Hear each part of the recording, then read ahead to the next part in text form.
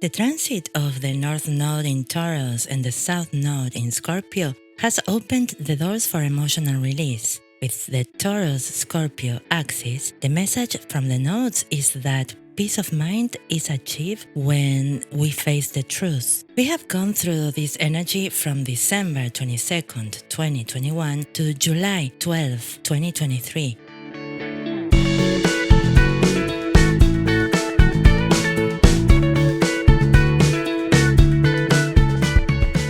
Hello, my name is Paula Lustenberg.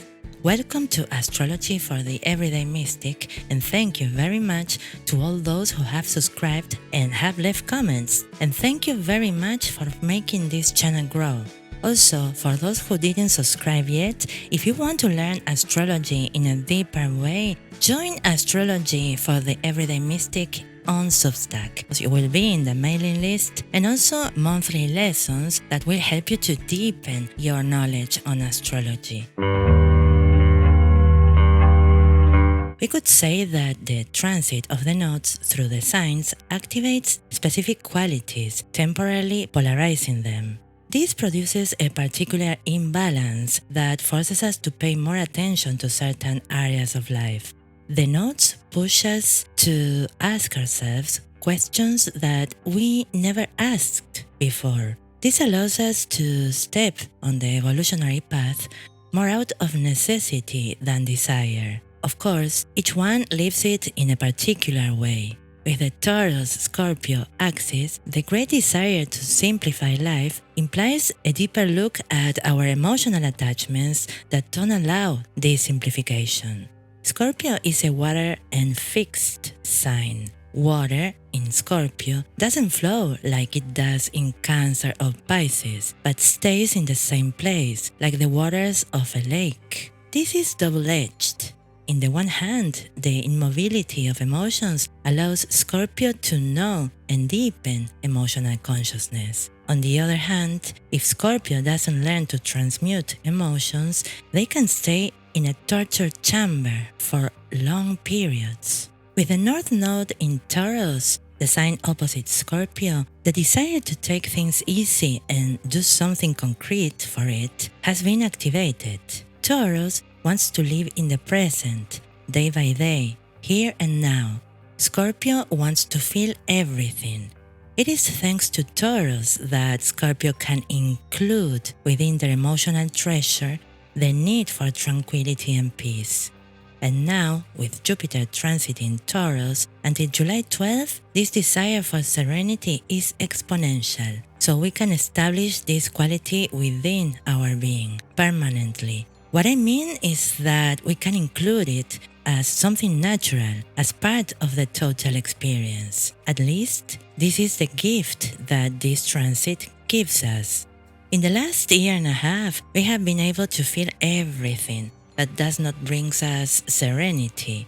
Although it seems unpleasant, in reality it opens the possibility of improving our reality by taking a closer look at certain emotional attachments or attitudes that are not necessarily productive. This transit was about that.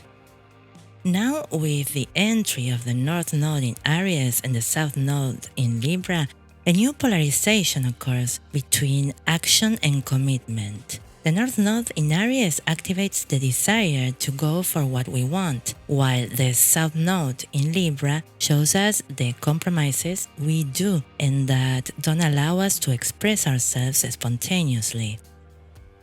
The nodes of the moon always move retrograde in the zodiacal wheel. From my point of view, they don't represent a new challenge, since by going retrograde, it is as if they have already been through the path that they are transiting.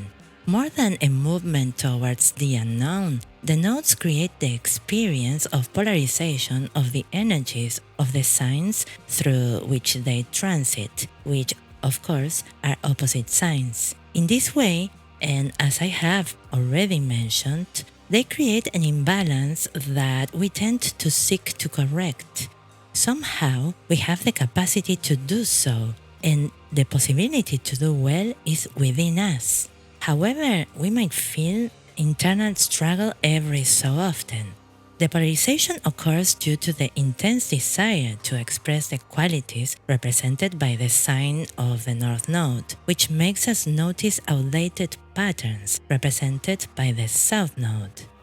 It does not mean that we must abandon the attributes of the sign of the South Node, but rather that we need to update them. With the North Node in Aries, the desire to be authentic, to take action, to let ourselves be carried away by inspiration, and to do our will is awakened. With this new desire, we begin to become aware of all the times we put aside our authenticity in pursuit of reaching agreements. We will notice when, by wanting to be liked, we change our behavior and stop being ourselves. This doesn't mean that we are going to eliminate courtesy, kindness, and grace, but that we have the possibility of reaching a new level of consciousness where Libra qualities don't obscure our authenticity.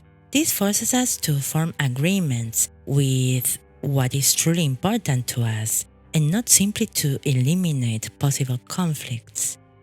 These are the evolutionary energies that will be activated for July 12th, and we have a little over a year and a half to work with it. As I have already mentioned, each one will do it in a particular way and depending on our personal reality. However, we all have Aries and Libra included in our birth charts, as well as Mars and Venus. We will all be affected in some way or another by this transit. The need for self-affirmation will arise and will make us review conciliatory attitudes that don't include our essential truth, especially in the areas of life or astrological houses where the nodes transit. The lesson of this transit is based on creating a sense of balance that includes the spontaneous, the impulsive, what wants to be born.